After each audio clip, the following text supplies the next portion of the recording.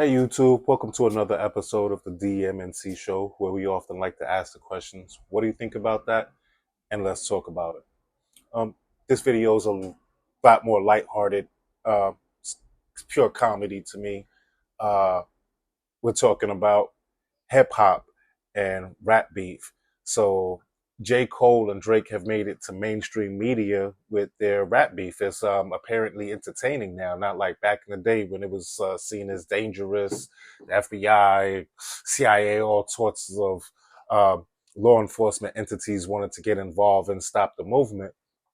To see now that it's on mainstream media, NBC, J. Cole and Drake's rap beef. And this is like pure comedy to me because neither one of them are really like hardcore rappers. Um, so let's have a look at this and have some laughs. Guys, let's check it out.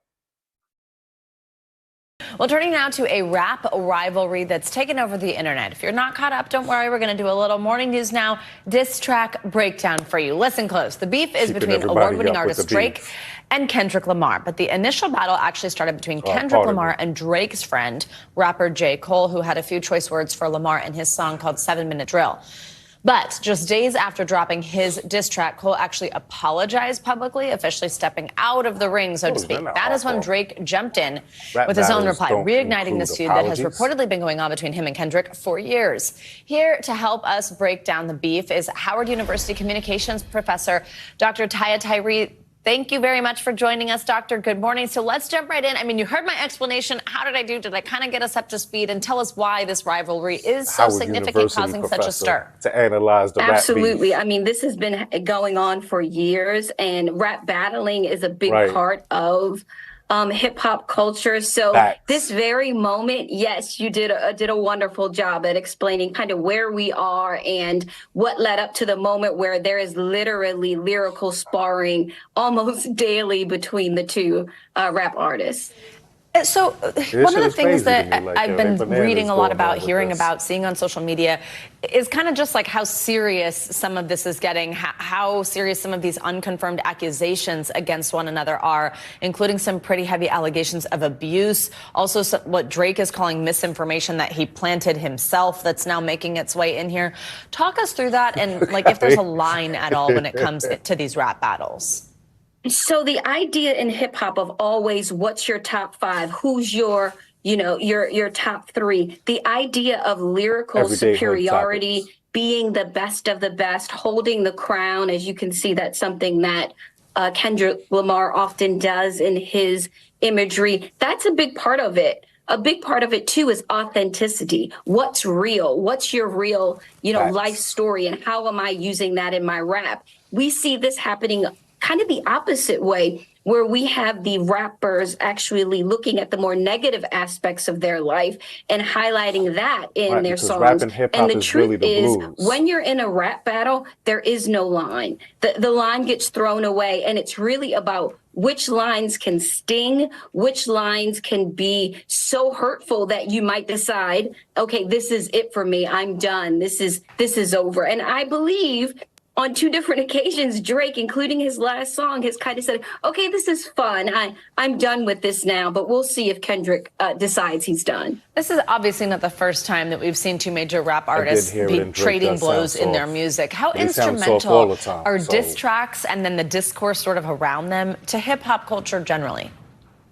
So we can think back to initially Roxanne Shante in 1984, where Roxanne Shante and UTFO started really quickly a rap beef, but everybody jumped in. If you think about the one I think we most often remember, Tupac and Biggie in the 90s, it's something that often, bubbles up in hip hop. It's a big part of it. There's battle rappers that actually rap in front of live audiences. So we are used to this. I think the difference here is social media.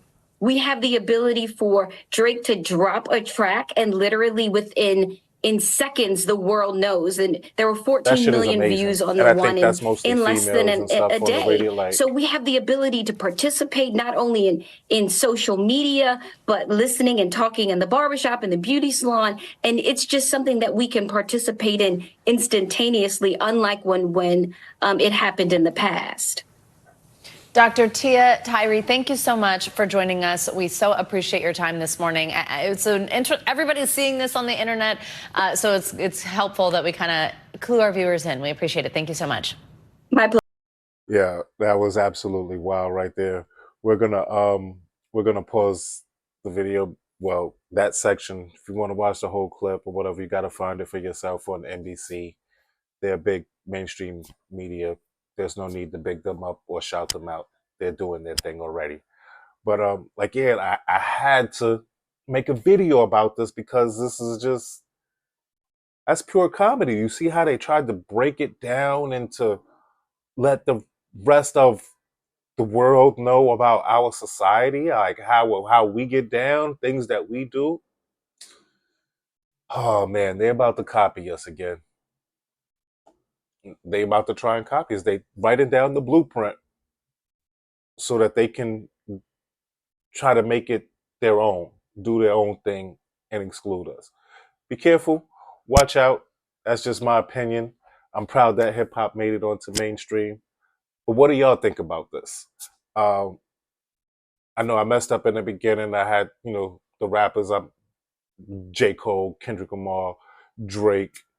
Like, yeah, it's all silly to me because neither one of them are hardcore rappers. So, do we really expect them to say stuff like that's really going to be hard? They may say some mean stuff, some cutting stuff that actually gets underneath your skin. But at the end of the day, those are really R&B singers. They sing love songs. They say conscious stuff or whatever. So I don't expect it to go too far or really get too entertaining um, as far as our society is concerned. YouTube, you have a great day. Peace.